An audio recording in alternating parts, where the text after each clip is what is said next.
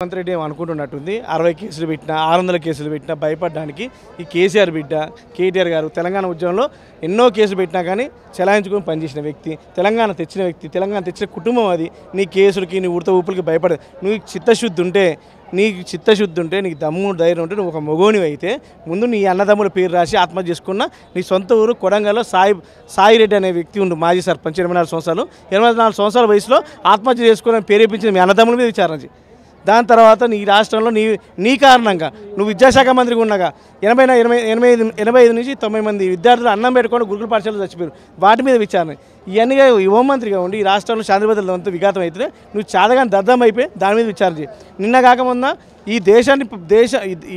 ఈ దేశంలోనే నెంబర్ 1గా రాష్ట్రం చేసింది కేసీఆర్ అయితే ఈ దేశంలో ప్రపంచంలోనే తెలంగాణ పరువు తీసింది దద్దమ్మ ఈ రాష్ట్ర ముఖ్యమంత్రి.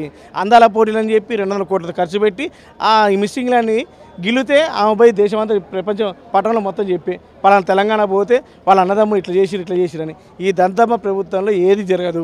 వచ్చేది కేసీఆర్ గారి ప్రభుత్వం ఖచ్చితంగా.